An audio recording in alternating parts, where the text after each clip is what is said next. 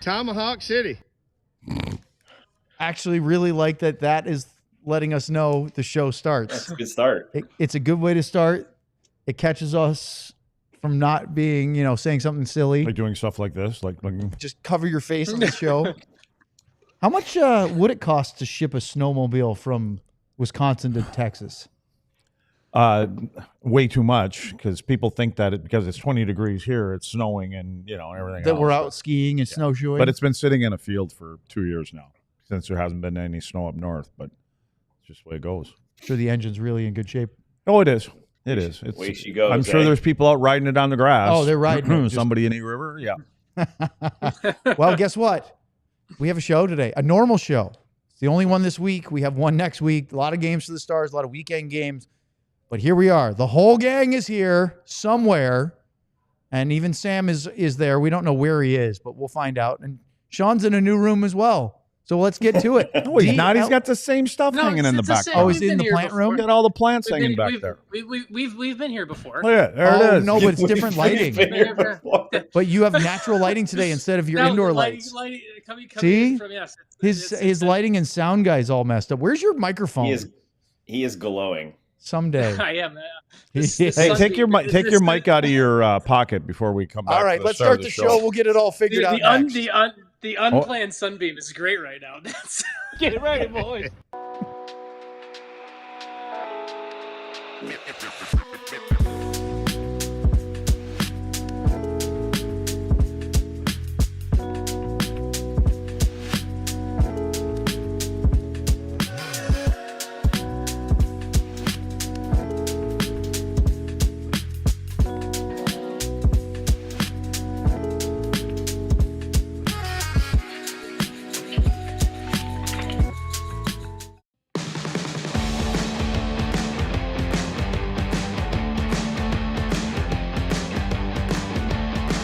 It is Monday. It is January 6th, and this is the DLLS Dallas Stars Podcast, alongside the very poorly lit Sean Shapiro. Well, half his face is lit up. He kind of looks like Jesus a little bit. Where's that statue of? Don't we got some kind of candle here? Candle's right behind with you. Jesus Ben. Middle Jesus Ben. We should get Sean. We get Sean on there. Sean. It's been overcast all day, and the minute we went into the show, the clouds decided to open up and just come through. There hasn't been this much light in this room all day. Side lighting of Sean, we have the. I don't even know where's the flag, Sam. You had all that fun, and there's no flag. I'm not in my house. I'm back home, baby. So we're back in the prisoners annex in New Jersey, Sam Nessler. And then here we have, is that the Texas Tornado on the t-shirt there? Oh, yeah. Nice. Rocking the old Tornado. Back in the day, yeah. Yep. Greg Ludwig. I'm Owen Newkirk. There's John Anderson, our producer, who is already wound up about the new coaching search in New England. We'll get to that later. Oh, yeah. We're gonna do a segment on that. We should do a VOD on the Stars podcast. We're gonna do a New England Patriots coaching search. I mean, I already know our producer. I'll give you guys my insight. Are we gonna talk all about insight on the Patriots? Let's talk all about Ben Johnson. Let's talk all about Ben Johnson and see how. See, we hooked Ben Johnson or Mike Vrabel. Everyone on the show needs to take a stance right now. I think the Patriots have been bad ever since they released Jesse Holly. I just want to report if my brother is watching. He shipped the sled here. Looks like we're getting snow at the end of the week. Oh, if there are 2 inches of snow in Dallas, would you be on your snowmobile? Yeah. I mean, that's barely, that's a dusting. That's not nearly enough, but no. But when the track is all studded up, you got like 1,500 studs on the track, and got the new Skags on the skis. All you see is sparks flying. They're coming down the highway. Are you going right down the concrete, or are you going to try to find a field? Here? No. Oh, look at this. What is this? Holding on for dear life right now. Is this right now? There it goes. Oh, look at that, Hey, there we go. That's We're pretty. just going to go. Oh, please Look fall. at his shadow. It would be so funny if he slipped. We're going to do the show standing on ice right now. So everyone. You can't make it an hour in the cold without a jacket on. I don't know. I probably could right now. I mean, hey, what's the temperature there? Is it below 20? I think it's colder where you are right now. I think it's 25, 26 here right now. Yeah. Nice. Balmy. Sean, perfect. I dare you to slap on some I always pads found and that do the between whole 20 and podcast 30 in was RVA. perfect pond hockey weather. I mean, I could throw the skates on and just skate in a small circle the entire time. I mean, we haven't done it previously in a while. You're just asking for production. You know what? Since Sean never comes to us, why don't we go to him? We could be doing a live show right there on that rink. All set up. Playing a little 2-on-2. Mm-hmm. Yeah. Oh, yeah. I'll take Sam. At least I know what's going off the wall and out. Yeah. But I'll take Sean. He'll be a goalie. He needs some milk. Sam, Mr. Breakout himself. Yeah. Well, guys. Getting the change, boys. The Stars swept the homestand. Now, it was 3 games, right? It's not like they went 6 for 6, but they've been really good at home all year. They swept the 3 games. Buffalo, Ottawa, Utah. Now they go on the road. They have a 5-game Eastern Conference road trip. Sean wasn't here for our Saturday show against the Utah Hockey Club. And so if we want to get Sean's 2 cents, if he can warm up. That was a very cold excursion you just had. Well, I boycotted that game because Casey DeSmith didn't play. I only watch Utah Hockey Club games that feature Casey DeSmith. So that's I boycotted that game. Well, the good news was Jakeoettinger was very good as well. And, quietly Stars have won 4 in a row. Yeah. Good. They got to keep collecting points. Got to stay in the hunt, and like I said, they find themselves, virtue of games played and things like that. They're in the top 3. So, like I said, you wake up the other day after the game here, and you're going on the road, and it's nice seeing yourself up there, even if you're tied with somebody or you got a couple games and they have games in hand. It's kind of a mental little thing. Like you're up there, and now where you were doing the chasing, now somebody can chase you. Sean, you boycotted the game, but you also have been paying attention to this team. Are we in a position where you just have to, we were talking about, Luddy and I said in the pregame show Saturday, not a lot to talk about at the moment, which is in sense a kind of a good thing because there aren't a lot of deep lying problems. We're waiting for a couple injuries one in Mason Marchment to clear up, and then probably getting closer to the deadline before the Stars really make their big moves that everyone's anticipating. This is just show up, gets points, and keep going. But that's also how most of the NHL is during this time of the year, right? Like the first 20, 25 games of the year is everyone figuring out who they are, and then the last 20 games or so are chiseling and everything, getting everything finalized for the postseason or getting in. In the middle is just, the NHL is just a survival game for the middle 40 games roughly. Like everyone goes through, this is what the schedule is like for everyone. You're either, if you're a good team, you have to get through injuries, you have to get through all of this. So it's kind of the nature of what the NHL is. And it's not just the Stars. There's so many teams you look around.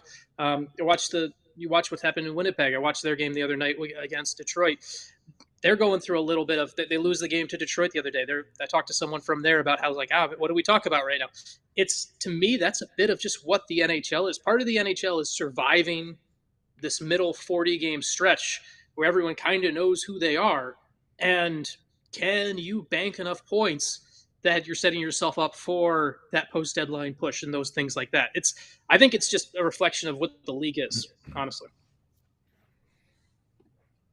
So one thing I dug up, which I thought was kind of interesting, and I got to find the right tab so I can give you the correct. Every time you dig something up, it seems to be interesting. Are you interesting?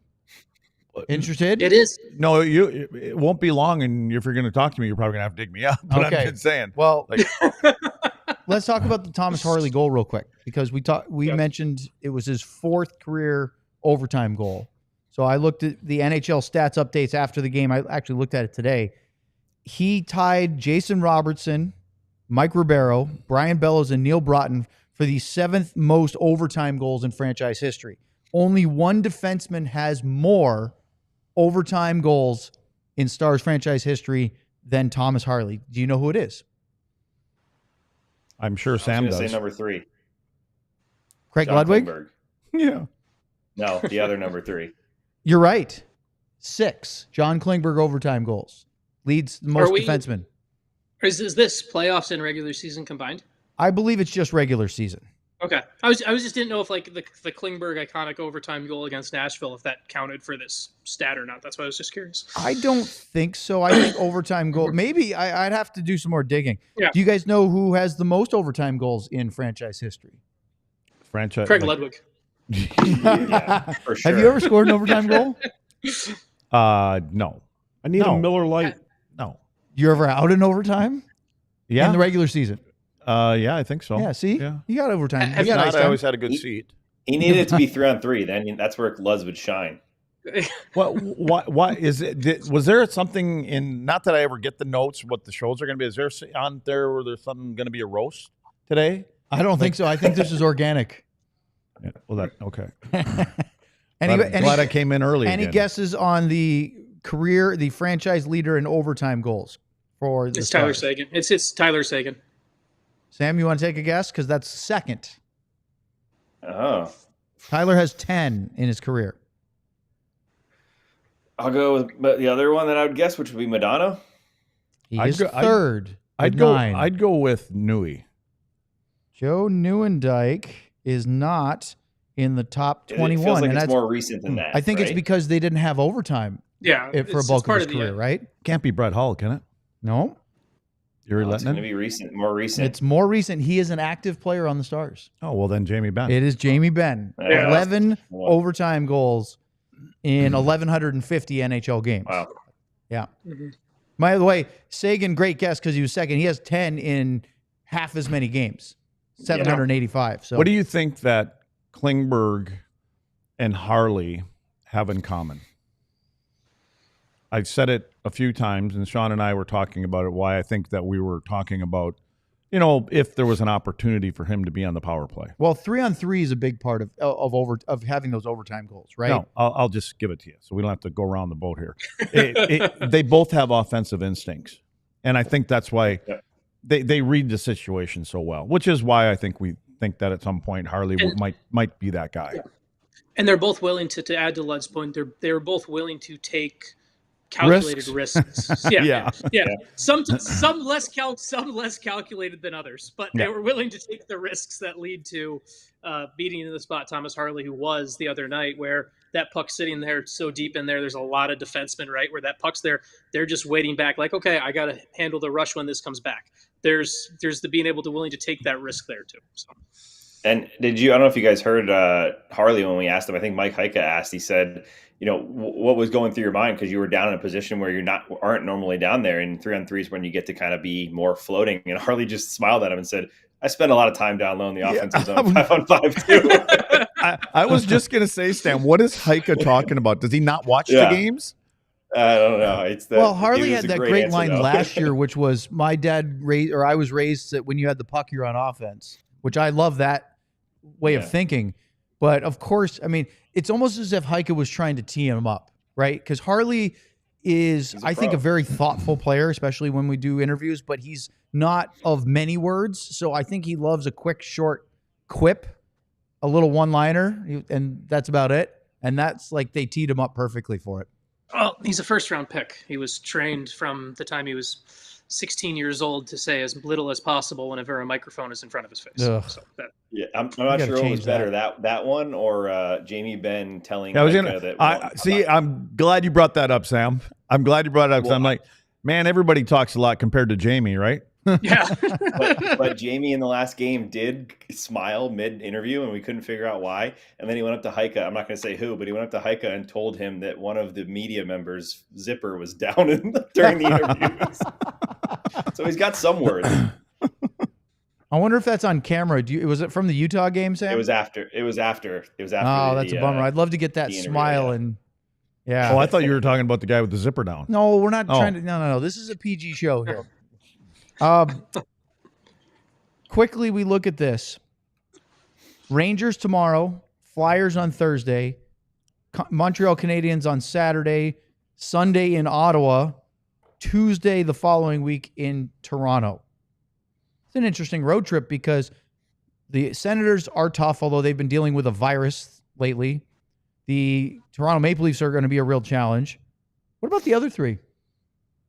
they could have a good Bottom road dwellers. segment here. I mean, the Rangers are just god awful right now. Yeah, but you know what? I think Zibanejad is a little bit better now. You know, Shesterkin, I think he's still on the shelf, and it seems to me that all of a sudden they might be playing a little bit harder just because of who's in the net and everything else going on. I don't know. I wouldn't go in there kind of, it'd be kind of like Nashville. You know what I mean? Like everybody else is beating Nashville. We're just going to put our skates on. We're going to go beat Nashville. I think that, I don't know. Messier has piped up and said some stuff now. And so I just got a funny feeling they're kind of rallying around each other in that locker room and maybe trying to get, some pride back in that room. And not for the fans, not for anything else, but for the guys in general in that room. They've been walked on enough in the hockey world over the last month and a half. All right. Let's talk about the World Juniors next here on the DLS Dallas Stars podcast. First, let's talk about Sleeper. I love doing ad reads for Sleeper when I'm on remote because I get to read it off and give you guys the best quality thing you can get. So for tonight, Sleeper is the best fantasy platform out there, but it's also the best at just picking who will have the best or more or less projected stats than they are projected each night, week, whatever you call it. We know Alex Ovechkin, number 8, can score goals. He did it again in the loss to the New York Rangers. If you look back, he has 4 goals in 5 games since his return from injury and 9 goals in his last 7 games overall. So pretty safe one to pick Alex Ovechkin, the grade 8, to score tonight. If he hits, you can win 2.01 times your money. With Sleeper, the more picks you combine, the more you can win, all the way up to 100 times your money. If you think you have what it takes, new users can download the Sleeper app and use the code DLLS Stars to get $55 in free entries when you place a $5 contest. Apply it to any contest. It doesn't have to be your first. Terms and conditions apply. See Sleeper's terms of use for details. Currently operational in over 25 states. Check out Sleeper today. Let's talk about Shady Rays. It doesn't matter if it's 10 degrees or 20 here in Dallas right now, or if it's 80 or 110. You need quality shades that will last and are polarized, and you can get those from Shady Rays. Look, there's always sun in Dallas, whether it's super hot, super cold, or anywhere in between. And usually that's all on the same day. Go to shadyrays.com. They have tons of styles, even maybe in your team's favorite colors. Plus, if you ever lose them, if they take an unexpected hit, you don't have to sweat because they have the most insane protection for all eyewear, which is they're backed by lost or broken replacements. Exclusively for our listeners, Shady Rays is giving out their best deal of the season. Head to shadyrays.com. Use the code DLLS for 35% off polarized sunglasses. Try for yourself. The shades rated 5 stars by over 300,000 people. All right, there, you World Junior crazies. I'm looking mostly at Sean here. I'm looking up the Dynamo Moscow schedule right now just to see where they're playing on like March 2nd or something like that. So after Sam's prediction comes true of Ovechkin scoring tonight, so he can just get the record and boot. And I'm just looking to see where Dynamo Moscow's playing once he hits that record. So little do our listeners know, Sean, this is the second time we've talked about KHL travel in the last 3 hours. I know this is. You can't plan this kind of stuff. There's a great line in the chat before we talk about World Juniors. 383 design. Lud's over here getting roasted by a beer leaguer. LOL. That would be all 3 of us, by the way. He's talking about me. That is a compliment. I am not a beer leaguer. I would put myself below that. So we all know, and unless you're living, KG wants to get Sean to Dallas. We've been saying that for months. Join the club, Kevin. Sheesh. Yeah. He's talking up the wrong side here, not the chat. Go over here. Although we keep getting those Pigeons $100 super chats, that's going to help. Go charge Ben's office. I don't even know where it is because I don't know the layout. But take the path to go charge Ben's office. He'd have to be here to know the layout. Yeah. Well, it's like I know in there. The boss keeps sending one guy out of Dallas and he ain't bringing the other one in. So Ardell is really on the Sam menace to plumbing. The latest is Sam destroyed 8 toilets in 8 postal districts in 8 weeks. I officially want to declare I had nothing to do with any of the plumbing issues in these situations. I wasn't even in the state when the DLLS thing happened. I wasn't in the house when the California one. That's just, you got to go with it, boys. Oh man, Ardell got me laughing on that one. Speaking of the KHL, Farina writes in, did you all see the KHL player drop his cell phone from his pants mid-play? Luddy was the one that got me aware. I was of that. kind of hoping I was sending that to you. Hopefully that for the people that are actually tuning in, you guys would have that running up here. Or we can't use it. Is that another thing we can't use? I don't know what the... I mean, Luds, if you'd like something to be on the show, you can ask for it to be on the show. Why the hell would I be sending it to you if I don't think it should be on the show? Why would I send it to you if I didn't think it should be on the show?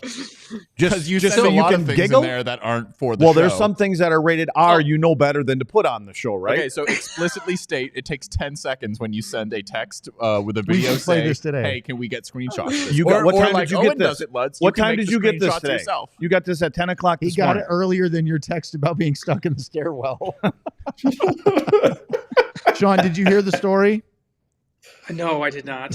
So you need to go watch the end of our post-game show Saturday again. The whole thing's on Twitter. And it's also the whole thing's on Twitter. So you can find that out. can get on Twitter, but we can't get the cell phone Luddy thing got on here to here get on and You want Twitter. me to tweet out the cell phone The thing? elevator was No, locked. don't tweet it out. Put it on our show. He got stuck in the stairwell.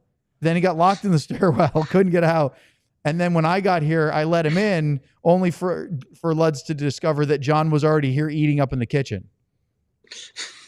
That was definitely the short version. That was the short version. We had a much longer version. So, look, You can't World see Juniors, that. the U.S. won last night. They won in overtime over Finland.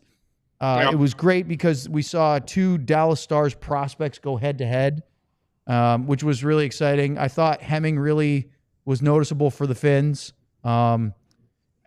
Sean, you're actually, I know this is weird for us. Yeah. You're the pronunciation expert on the other one. It's Minitian. Aaron Minneton. Aaron Okay. Minneton. It's not. Yeah, he's the it's not pro. It's not. It's not Munition, which is. I actually said that once incorrectly, and then I was. It is not that one. The T. It's a harder T. Nice. Well, Minneton. look, great for the U.S. I was thrilled.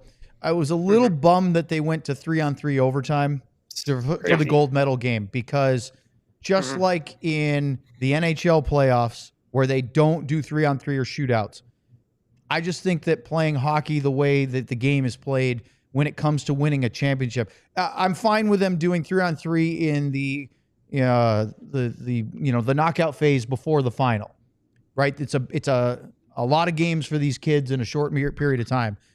But I would have, and Luds, it doesn't have to be played until you drop 5 overtimes, but maybe 1 20-minute 5-on-5 and then go to 3-on-3 or something. Yeah, I'm with you. I don't like it. I would rather see it. I mean, again, if you're gonna, because it's different, obviously, in all the other games as far as how they're running the 3-on-3 stuff. I get it, but in the championship game, I think it's got to be 5-on-5. That's what I think. Yeah. But and the other thing is, guys, I didn't pay attention. I'm sure you guys all paid attention more. Are they trotting out the same 6 or 7 or 8 guys for 3-on-3, or are they running deep through the lineup?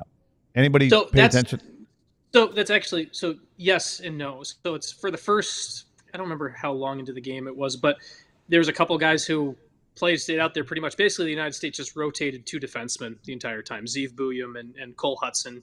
Just basically rotated the 2 defensemen the entire time. But Teddy Stiga, who scored the game-winning goal on a breakaway, he wasn't in the first 4 or 5 shifts of overtime. He was a depth player. Teddy Stiga is actually a guy who the U.S. scratched in the first game of group play, and then he went from healthy scratch to scoring in his first goal of the tournament. The last goal of the tournament is the gold medal winning goal. So for the Americans, there was a little bit more rotation, and in the end it paid off. There was a guy with the fresh legs who had been a depth player, gets deep for the goal on a really nice feed. The Finns had a little bit more of top 6 heavy, and it was about a group of 4 or 5 different forwards that just kept rotating through. So it does. So from one perspective, one of the reasons that I love 5-on-5 is it shows true team depth as opposed to 3-on-3. But at least from a United States perspective, and we can celebrate it right now because we're all Americans celebrating on this show right now. You kind of won because of your depth, because you trusted the guy who was a little bit fresher to get out there and scored on a breakaway, and that's how you lifted the trophy at the end. See, and I thought as the regular game was moving down the road, especially halfway through the second, maybe a little later, the Finns seemed to be wearing down a little bit, and U.S. kind of took over. Maybe it was more towards the end of the second, but I just felt like they were just rolling guys over, and they were kind of wearing them down, and that's kind of why I think I like the 5-on-5, you know, in the just because you can do that. And I actually found it's not funny. I'm happy for the kid, but like the kid that scores the OT goal, next thing you know, he's the player of the game. You know, I don't even know. I don't even know if he played 7 minutes in the whole game, but he's the player of the game. It's funny how that played out too, because so the Finns won their semifinal in overtime. They had a dogged back and forth overtime and everything like that, and the United States had a tough overtime game, tough semifinal as well, but it wasn't nearly as tough. It wasn't an overtime game, and so those games are played back to back, and so there is a little bit of that collateral damage and the wear and tear for the United States, where you think about Finland being a little bit more tired. You think about how they started out, and they jumped out to the way that game started in the first period, where there was always going to be a natural spot for the United States to kind of maybe push back. And credit to the U.S. for keep running things and rolling things. And I mean, it was another game for me where I think one of the reasons David Carl is obviously David Carl's resume is so impressive, but one of the reasons David Carl is this coach that people see as a future NHL coach, and he probably will be whenever the right job for him pops up, is he trusts his depth, and even does it at Denver. Like at Denver, they play a very deep game that rolls all four lines. They attack and everything like that. It's not overly reliant on one thing. Even the way I like the way the United States was run this tournament, where because for World Junior you get to extra dress an extra body, and so you effectively have a 13th forward. And so instead of bringing a 13th forward who wasn't going to play, the United States basically used Cole Yzerman as the 13th forward, and Cole Yzerman didn't play much at 5-on-5, didn't even have really a line at 5-on-5, but he's got probably one of the best shots from last year's draft, and he scored 3 or 4 power play goals. And I thought the United States did a really good job of maximizing the depth, not just in usage, but also in deployment and how things played out. And that's why they've won back-to-back gold medals at this, and it was a really well-done coaching job there, too.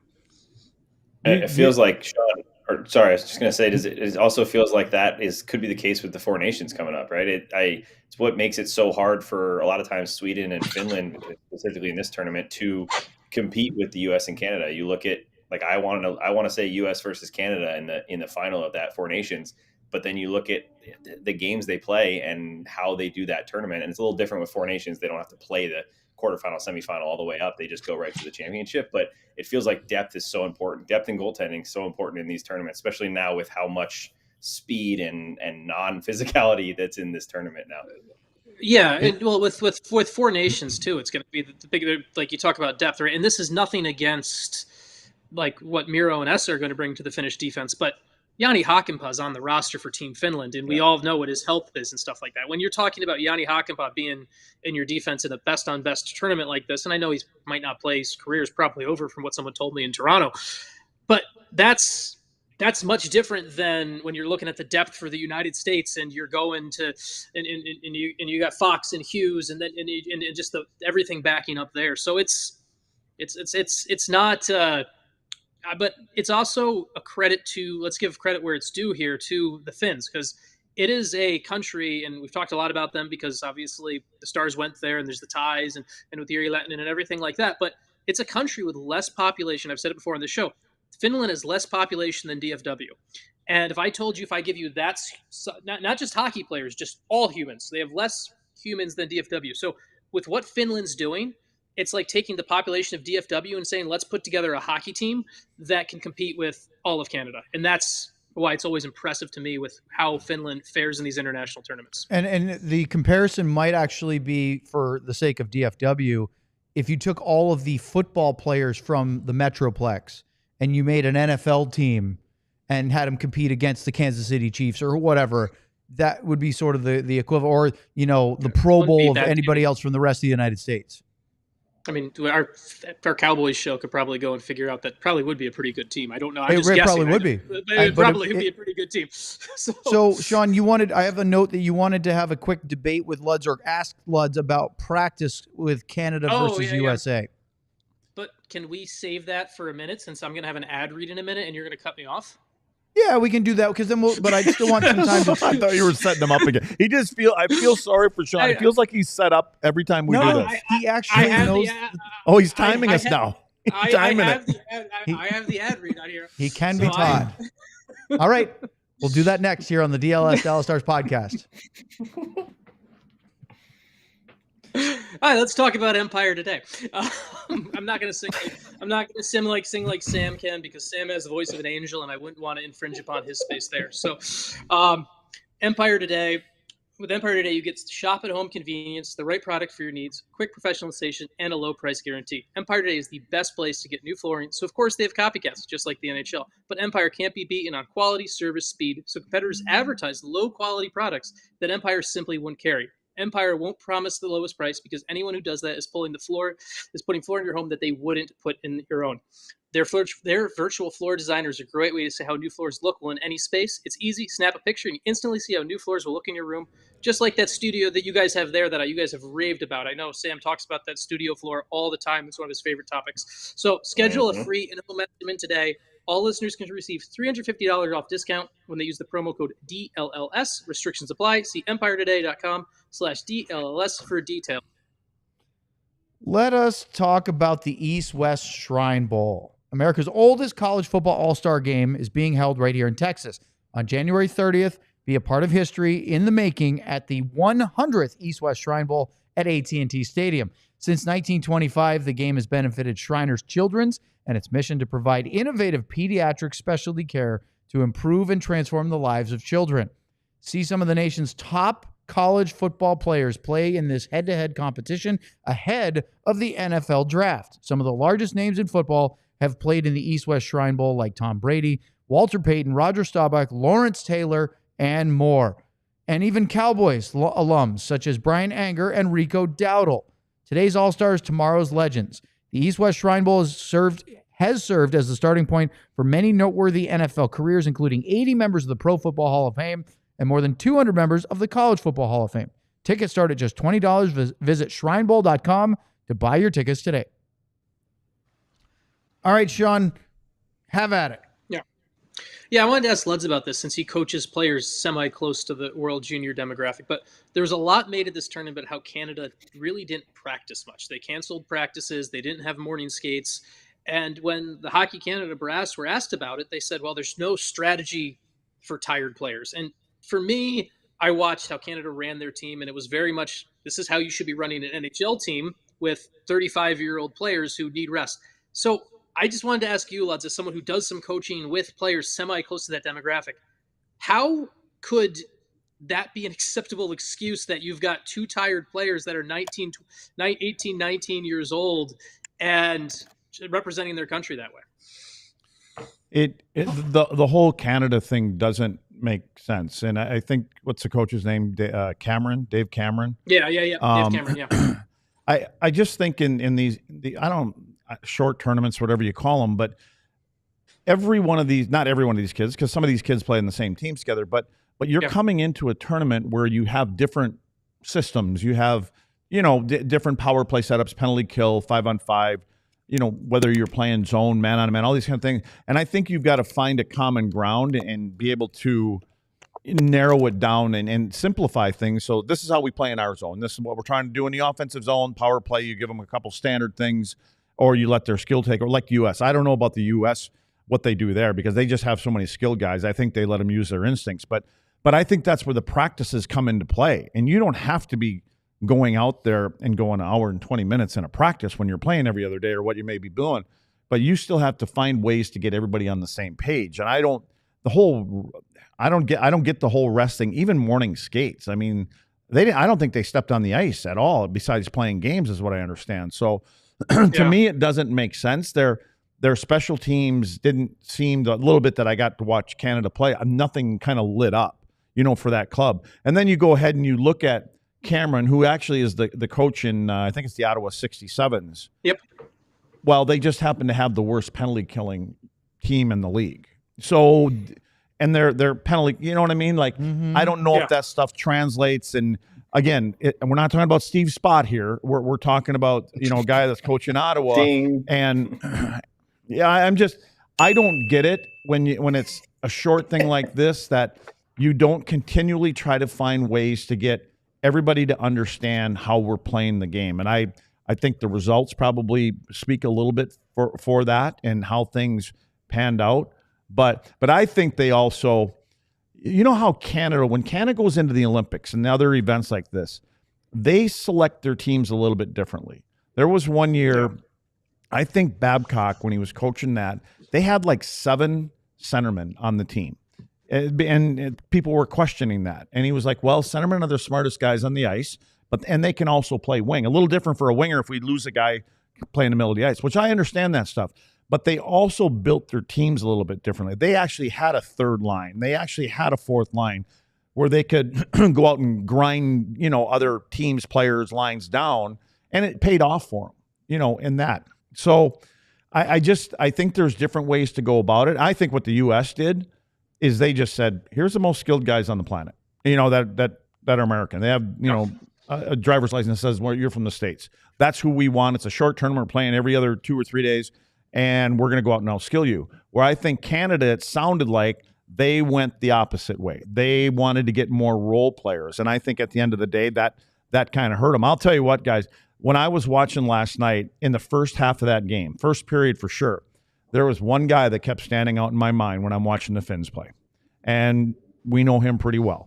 And it was Jere Lehtinen. And I'm going, his fingerprints are all over the way that these kids play the game. They were so responsible in, all 3 zones. And I think they just got wore down as the game went along. And you can't, and again, I don't know how they picked their team either, but there were little things I saw in Jere, and I can understand why people, when Jere Lehtinen's involved in youth hockey and at that level and the qualities and traits that Let's had as a player, I mean, when he calls Jim Nill and says, hey, R2D2, all these kind of guys, okay, well, we'll take a look at that guy. We're bringing him in. So I saw a lot of Let's on the ice last night. I think you caught John for a moment because he didn't play the R2D2 sound. Yeah. Oh, yeah. And I love I was talking about Finnish hockey earlier and building a team from a place with a population smaller than DFW.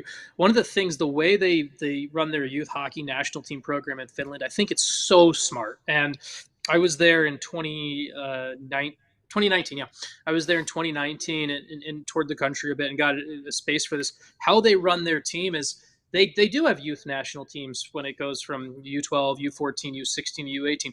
But they don't do a residency program like the United States does. They don't do they don't have just a team that's thrown together like Canada does. What they do is they have their national team effectively meets for a weekend once a month.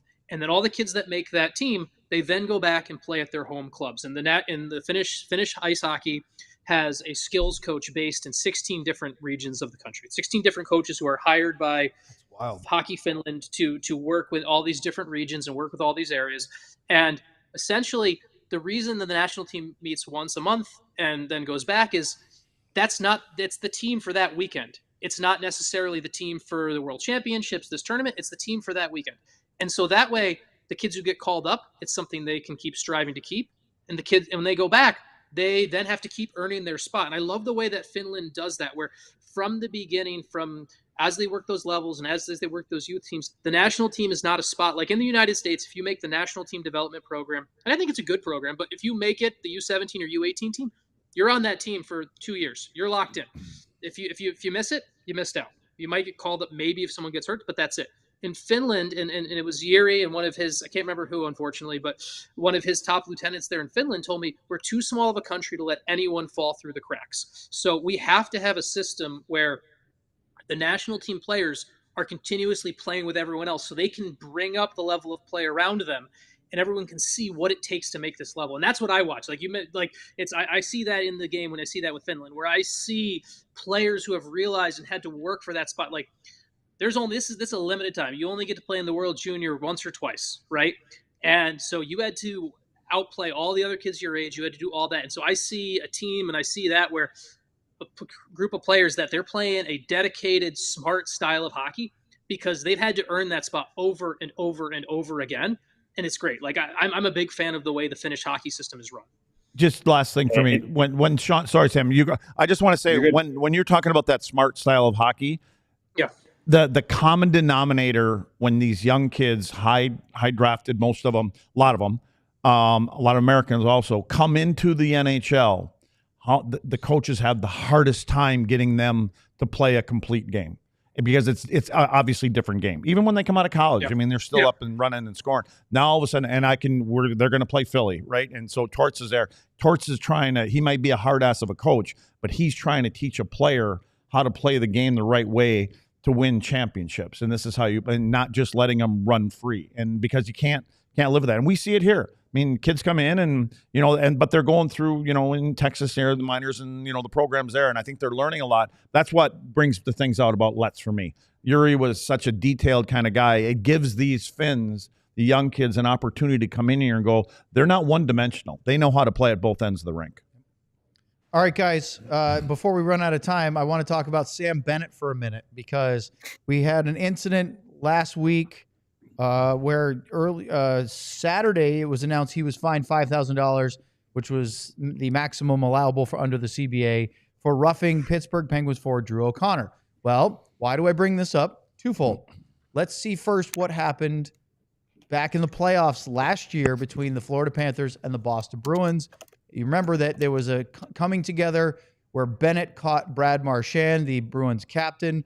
You couldn't see it until this angle came out the next day, and the TNT broadcast actually aired this. And you can see as he hit Marchand, who went down with a concussion and left the game, that the right hand of Reinert, as he went to make that check, snuck in a little sneaky little rabbit punch right to the side of the face head of Marchand. And he missed time because of that. But you couldn't see it, so there was no penalty on the play. Everybody thought it was just a check, but it was really sneaky.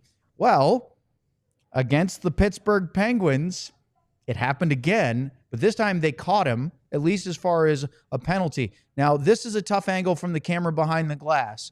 As you can see, his right hand came up on Connor. But then we watched a really nice slow-mo from this angle, and as he comes in on O'Connor, look at the right hand go up, catches him right in the head, and then after this compilation of screenshots, O'Connor took a half a stride and then dropped down, and you could see him holding his head on the bench. And the referee was right there. On the original shot, John, if you back it up to the other angle, you'll see the referee's right in position. And so the next basically frame that I didn't grab, his arm is up, and the penalty was called. Luds, I know you can see pretty obviously everybody knows that Bennett's this type of player. Is a 2-minute minor and a $5,000 fine enough for a repeat offender of this kind of play? That's his first one. It's the first one I think they're starting to... Is this a warning for him then? Yeah, that's a warning. That's like, hey, we know what you do. I mean, he's sneaky dirty. He should have played in the 80s. And I mean, because there weren't as many cameras. And you got away with stuff like that. But what is not, I call it nice. You say get away. You would have had to fight a lot more in the 80s too. Yeah, but I don't think he cares about that. I mean, there's other little guys that Brad Marchand will fight if he has to. But I'm just saying, I just think that this is the kind of guy you'd love to have on your team. You know what I mean? That was the era. But he does everything in tight and it's all in motion. It's not. He doesn't display it. You don't, like you said, it's a hard time seeing it. He does it when he's coming up to hit. And it's just a quick little jab and back. And it's just to kind of, I don't think he's trying to knock anybody out, but it's, it's getting their attention. And again, I think it's, these are the kind of guys, like I said, I'd love him on our team and he's dirty, but now I think everybody knows about it. And you're right. From now on, all eyes are going to be on him because this was, you got away with one. Now here it is. You're on record. And the next time it'll probably be 3 or 4 games. Any other thoughts, you guys? And that's the only reason, that's the big part, that it's used as a warning and to keep an eye on it for the future. Because him being fined $5,000 when he's making $4.425 million per season is the equivalent of the next time Sam's in studio, Luds deciding to give Sam a forearm shiver, and then Ben saying Ben coming out and say, Luds, we're going to find you 12 cents for that. That's oh wait, Luds will do the math, figure out Lud's salary here. Luds will gladly do it again, right? That is the $5,000 fine is laughable. The whole CBA thing with that is completely. The NHL needs to take. I'm connecting everything back to Finland today, I know, but the NHL needs to look in discipline the same way that they look at speeding tickets in Finland. Yeah, so in Finland, I think it was Teemu Selanne once got like a $60,000 fine for speeding or whatever, because in Finland your fines are equivalent to a base of your actual salary. So $5,000 is absolutely nothing. So the only key thing is, hey, this puts them on the list. Referees look for it more, and maybe it sets a precedent for a suspension later. But the fine is hilarious. Now, do you think he gets fined differently or doesn't get fined at all if he's playing in Anaheim or San Jose? Maybe is it different because it's a Stanley Cup champion?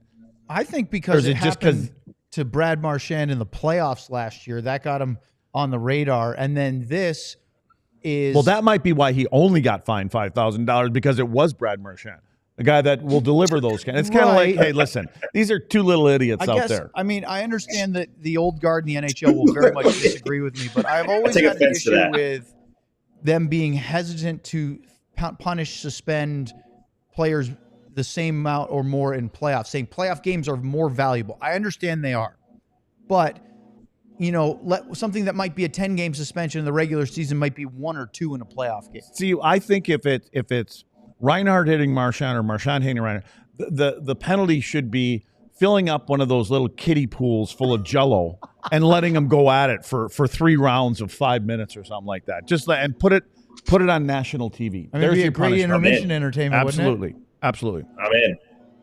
Oh, of course you are. I think I can go out on a limb and you say can't get in there with them, though, Sam. Luds would take any fine to give me a forearm shiver. I think that's a safe assumption. We're still upset you didn't get on the mechanical bull on New Year's Eve. Yeah, that was a little disappointing. Famous last words, right? I am right now. I'm heading over there right now. By the way, Dougie Hamilton got fined $2,000 for his second embellishment. The first is a warning. The second's a fine. I watched it. It happened. It took a little bit of a delay. It happened on the 23rd, the last game before the holiday Christmas break, and a little hook by Brett Berard of the Rangers. The Rangers were getting drilled. They lost 5-0 to the Devils in that game, and he fell the wrong direction. Basically, you get pulled this way, but you fall that way, and it's really obvious. I showed Luddy before. The screenshots didn't really do it justice, so we didn't want to run it, but. Yeah, it happened on the 23rd, and he hit the ice on the 24th. it was awesome. But it is, even though the fine is $2,000, and that's nothing for a guy of Dougie Hamilton's salary, it does put a player on notice publicly and in the media. Right, and that's all. That's what I think they're doing, is just saying you're on notice. All right, up next, NHL news and notes. Yeah, he did. He got a 2 for embellishment. So, up next, tons of NHL news and notes here on the DLLS Dallas Stars Podcast.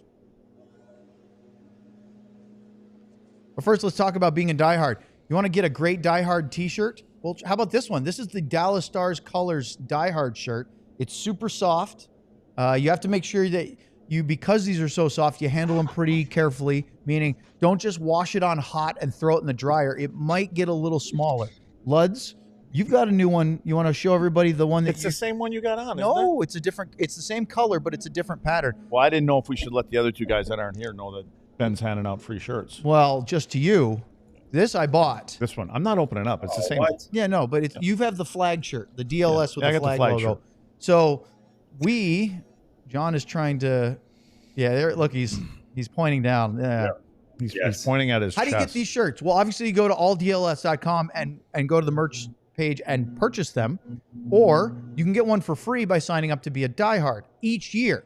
And so if you sign up to be a diehard, you can have access to all the writing that Sean and Sam do. I believe Sam just started doing some trade targets at the diehard level the other day, even though I don't think the Stars are going to do anything about it for another month or 2. And you get all of that. There's Cowboys, Rangers, Mavericks, Stars, of course. Plus you get a free t-shirt. And guess what? Let's next week do another diehard damn Discord channel with Luds. That next Wednesday. So not in 2 days, but the following week we'll have a show in the midst of all these games. So get to the Discord channel for all you that already are diehards. If you don't sign up, become a diehard. Get access to the Discord. Go to the Stars channel in it. Ask Luds a hypothetical, ask him a real question, ask him a would you rather, whatever it is, and we'll do that a week from this coming Wednesday on the show. AllDLLS.com. Okay. Lots to do, guys. Let's try to rattle this off so we're not here till 2:30 because I have kids hockey to get to super fast. I think Luds does too. Luddy, John made an exception for you. Usually, if you don't make a request for something to be on the show in a timely manner, he will say, I'm sorry, we can't do that. Actually, I don't know if he's that polite. He's pretty direct about it. But well, it's the company policy. 2 hours before the show, all requests need to be in. That's right. Or 1 hour before the show. And on off days, I don't accept text messages. or save you from an elevator, stairwell. Well, here's what Luds was talking about the KHL cell phone fail. I don't know all the details here, but look at that on the right glove. Was it in his hand or was it in the cuff of his glove? It was in his pants. It was in his pants. It was in his pants. Yeah, I have the explanation from him, Owen. So he said that during the intermission, I had my phone stored above me in the locker room. As I was putting on my equipment, my phone fell behind my back in the into the equipment. It's translated, so it's weird. I didn't notice it. Honestly, I expect a fine. So he must have grabbed something off of his locker and it fell into his pants and he didn't notice it. Because it's not like it was in his pocket. Okay, I believe that. Do you believe this explanation, or is this a whole bunch of malarkey? No, I believe it. And the reason I believe that is in our locker room, we have a little pouch that's got 20 slots in it before you get into the room. And the guys are supposed to, when they walk in after coming from school or wherever, put their phones in there so they're not in the locker room with them. Now, you'll walk in and then all of a sudden you'll see them. And what they do is they throw them up above them and up on the shelves above them. So I can honestly see that. He may have reached up for a shin pad getting dressed and grabbed a shin pad, elbow pad, something like that. And it fell down because you already have your pants on. You're putting those things on next and they fell down in his pants. Because there's no way at that level. But I will tell you this, since we don't have any time, a couple of years ago, we had a player. We had a player that we did not play in the second period, at most of the second period. So the third period, we get out there, and I told the coach, I said, don't play him in the first shift. I said, wait 2-3 shifts. Anyway, he looks at me and goes, now? And I said, yeah. And so I look over at him, and I'm like, Addy, wait a second. What's he doing? Well, he's sitting on the bench. He's kind of bopping like Sam would be in his chair, bopping. And I'm like, is he listening to music? And so he actually had his earbuds in. When Addy went down to tell him you're up, he didn't even look. He had his music in his ears, had his phone tucked in his pants. He was listening to music. And so Addy, and all of a sudden you see him scrambling to get his headset out of his ears and his phone. He throws it behind him. And we just started laughing. He went on the ice. Well, at the end of the game, I went up to him and I said, what were you doing? And he goes, well, Coach, if I'm not going to play, I'm going to at least listen to some tunes. So, I mean, you got to give him credit for being honest at that love age. The honesty. Yeah. Get some Angry Birds on there. I have a good story about this, but not phone related. When my senior year of high school, I was a starting goalie, but there was a couple games that I backed up, and so after warm-ups, we would come back out. And I'm on the bench. I would hide a big bag of peanut butter M&Ms in my catching glove because I wasn't playing that game, and so I would hide a bag of peanut butter M&Ms in my catching glove, and would then eat them throughout the game And then the best would be like the rinks where the bench was too small, so the backup goalie had to go sit in the penalty box, like some high school rinks, and so that would be great because then no one would ever see that I. And so one game, the other goalie on our team got hurt, and I had to quickly find a way to stash the bag of peanut butter M&Ms before anyone else noticed, so I could enter the game. Like I think it was like the middle of the second period. So yes, it's I understand where the kid's coming from. So hey, Sean, let's take the show further off the rails. Did you see Utah had their backup goalie on the bench, unlike other teams do in Dallas the other night? He was actually sitting he had no space. There was clearly 20 skaters that were taking up the bench, but he was stuffed in there, like sitting in the corner. I've seen that before. I've seen certain teams cram him in there. Interesting. I've seen teams like there's a couple I've seen that. There's some funny terminology I've heard from some backup goalies about the other spot where they have to stand that'll save because it's a PG show as opposed to where it could go. So it's but yeah, it's there's the backup goalie location. My favorite backup goalie location is the one because there's like no space in San Jose. So there was one time we're in San Jose and they went to go pull Kari Lehtinen, and they couldn't find Antti Niemi because he was like back in the locker room. And so they had to go like dig through the locker room to go find him because he was like watching in the locker room or whatever, and not where he was supposed to be. And there was a bit of a delay pulling Kari because they couldn't find Antti. And they don't have bench access, so you can't just run back from the bench to the dressing room. You had to go across the ice and out the door. I remember that. Yeah. Our last game in Minnesota, you know, we knew that we were moving here before we moved. Our very last home game, Babby, our trainer, came down, and it was probably 5 minutes left in the third period. I went to go get a drink. He had it full of Miller Lite. He had the water, but he had the water bottle full of Miller Lite. I kind of spit it out. I'm like, "What is that?" I turned around. It's bad. He goes, "It's our last game at home." Is that the only time you've ever spit out Miller Lite? Yeah. You know what? That's a good line. It probably is. I need a Miller Lite. Probably is. Yeah. Yeah. All right, let's talk about taxes for a minute because Luds loves math. Frank Vetrano signed a 3-year, $18 million contract extension with the Anaheim Ducks on yesterday. What was that? You know, fine, he's a good player, he's a scorer. That's not the part that caught our attention. It's the fact that the AAV of this 3-year, $18 million deal, you would think would be $6 million, right? Take 18 divided by 3. But it's actually going to be 4.57 because he's going to make $3 million each of his next 3 seasons, and he's going to defer the other half, the other $9 million, until the 2035 season and beyond. And this is something that Ducks GM Pat Verbeek and the team's vice president of hockey operations, Jeff Solomon, cooked up. He's also one of their assistant GMs. Kind of in the same vein as the, say it with me, Sam, Shohei Ohtani contract with the Dodgers. Sean, you did some interesting digging today, and I'd love for you to share it with us because there's one that I'm really surprised at. Yeah, there's two. Do you want the team perspective or the player perspective first, Owen? What do you want me to go here? Dealer's choice. Okay, so from a team perspective, so even though they're paying out this, they're saving basically almost $1.5 million per year right now. Yeah, it's like 1.43 million in cap space. Something like that. They're saving that. And it's something where they're never going to have to effectively pay that back with this deferral. And I double checked this before we came on the show. I reached out to some people in Anaheim to confirm it. And when the deferral happens, there still will be no additional cap hit for Vetrano. Vetrano's cap hit only exists while he's on the roster. So the Ducks effectively kicked some of the money down the line and basically made part of the cap hit just completely disappear, which we kind of knew this was the case because of the Seth Jarvis deferred money, but the Seth Jarvis deferred money was so small, it didn't really have that much of an impact. But so even though the Ducks are going to be paying Vetrano for 10 years later in life, it's not like they're going to have a cap hit carry on. So for the Ducks, it's a win-win from that perspective, where they get an extra $1.5 million in cap space to work on things. Ideally, as their core grows and they try to build up a little bit more, they get to do that. So the Ducks get that, and from a team perspective, it's a fascinating Pandora's box getting opened, right? Because if you're a team in a high tax state, and you can use this to basically find a little bit of the equivalent to what the no state tax teams have, like the Stars and the Predators and the Florida teams. It becomes a little bit of something we could see more and more of. And I talked to a couple players about it over the past couple of days to get their view on it. And the other thing that was really interesting, I'm curious of Lud's thought on this. One player particular told me they thought it was a brilliant move by Vetrano because they said, look at it this way. When you get your pension from the league, you're eligible for your pension at 62, right?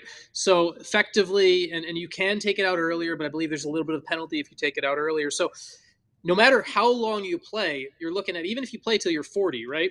Like a Patrick Marleau or something like that. I'm intentionally picking other people who play till they're 40. You're looking at 20-something years, almost 2 decades between playing and being able to collect your pension. And this player I was talking to told me, he's like, look, Vetrano's setting himself up where he's going to get paid $900K per year for 10 years to bridge that gap where he would have been effectively not worrying about money, but had to plan for it. And it's a fascinating deal, and one that the Players Association actually really likes it. The players are really happy with it because it gives more power to the players and things. And so Owen, you and I were talking about, like, is this a CBA thing? Is this legal? to me, it's not even going to be a CBA issue between the PA and the league. It's going to come down to, are owners and GMs across the league going to be like, okay, this is the new world we live in, where everyone's going down this path, or does someone try, or does it become a effort from some others to push and close the loophole? And that's the fascinating next step Sean, for me. I would love to answer that. I'd like to, but right after this. Thanks to everyone who joined on our television platforms. Make sure to like and subscribe here on the pod and check out alldls.com. Okay, back to the show. This is the part I can't believe is legal. It's like I have no problem with teams deferring to open up cap space if it's a legal loophole. Fine. The player side, if you can if you can make good money, if you can use it as a negotiating tool of maybe getting more in a contract than you otherwise would have, because you're allowing the team to push your money down and it benefits both sides, great. The part, Luds, that I couldn't believe, as Sean did some research on this, that $1.43 million per year, 3 years that the Ducks are deferring and saving, doesn't come back to hit them later. I don't know how that's allowed, because again, there's a salary cap. You have X number of dollars. You can't be above that ceiling, right?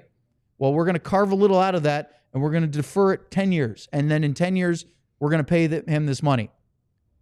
How is that not on their cap in 2035? And so we used to have it, when the salary cap first came out, and there were multiple teams. I think the Devils had a Kovalchuk deal that got basically voided by the league, because they did it for 17 years. Right? 17 years to match his jersey number. They did this. Right. And the best part of that deal, real quick, was Lou Lamoriello trying to look straight at the camera and being like, he's going to play here for 17 years. He respects his jersey number. That was the fact that Lou Lamoriello was trying to deliver that line without any humor at all was the best part of that deal. Right. So we've seen some instances where the league has stepped in and say, no, that's not going to be allowed. We're not going to do that. That's the only part of this I have any issue with, which is if you are going to be allowed to defer salary and then it just vanishes in thin air.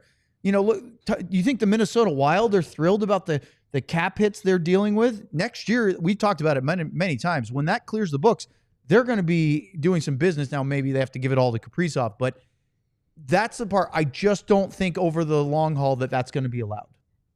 I have no idea why this is directed to me, because I am no tax accountant, or I have no idea about any of that.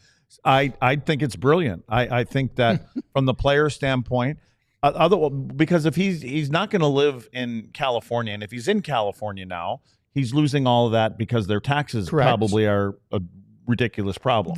I think trust me, it's not like Canada, but probably 52, 53 or something. Yeah, so he's escaping that by deferring that because I'm assuming the reason he's going to do this is he doesn't plan on living in California when that's it's done. Part of it. So I'm guessing his money is going to go to, if he's smart, he comes and lives in Texas. Or somewhere where or no Nashville or something like that.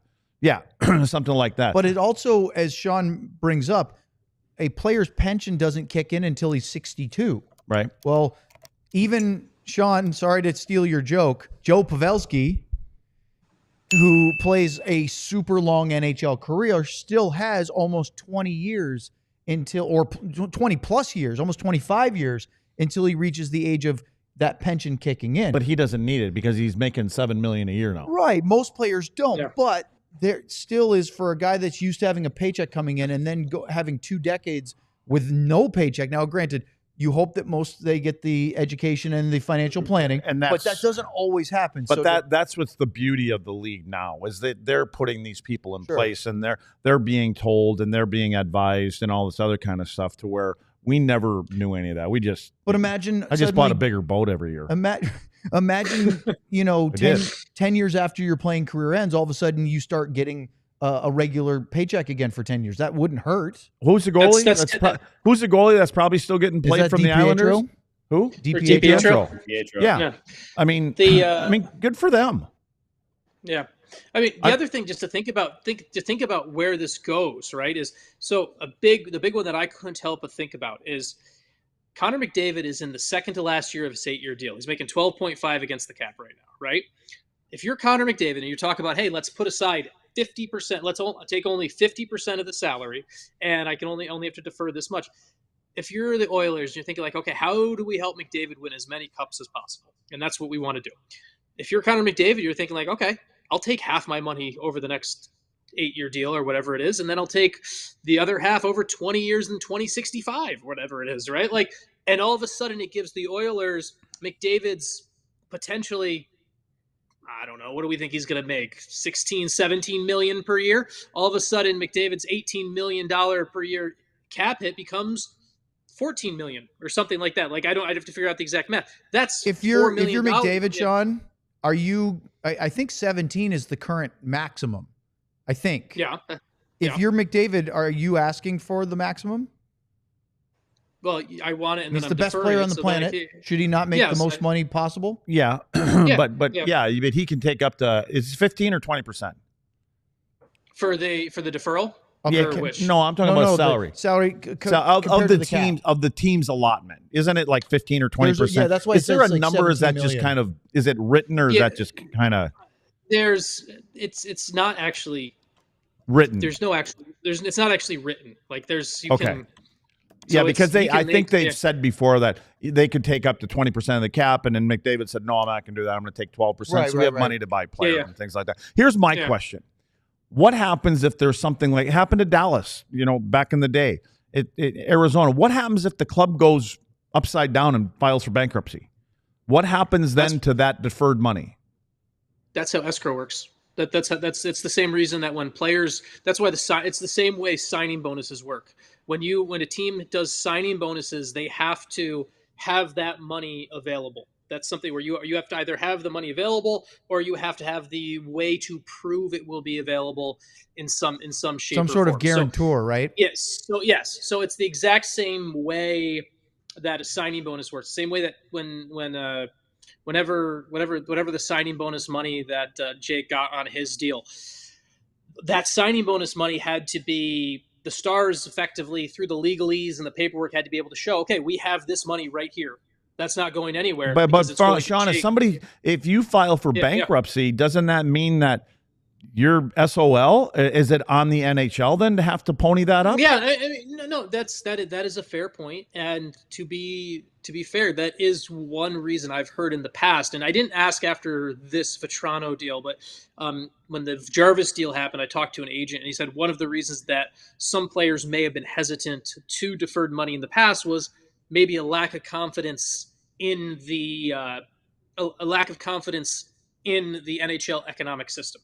Now, one of the ways that your players are essentially protected from this is, say it was with an Arizona or whatever, and everything went belly up and everything like that. Well, the Coyotes ceased to exist, but the hockey assets were bought out. And so as long as the league is effectively at the spot where we're not going to contract, players are effectively safe from this, because the league is not going to contract. They're always going to hold these assets and move them. So that's where it comes. But you are right, Lutz. There is something where in the past, if this had ever come up, players were a little weary about the economic stability of the NHL. And like, could you do this? It wasn't like a baseball or anything like that where we know these teams have been around for 100 years, so they'll be around for 100 more. So it is a fair point, but it's also one that is, it's a pretty low risk bet for the players at this point. Yeah. I think, all right, I think the players guys, just get the owner's boat. If the owner has a boat.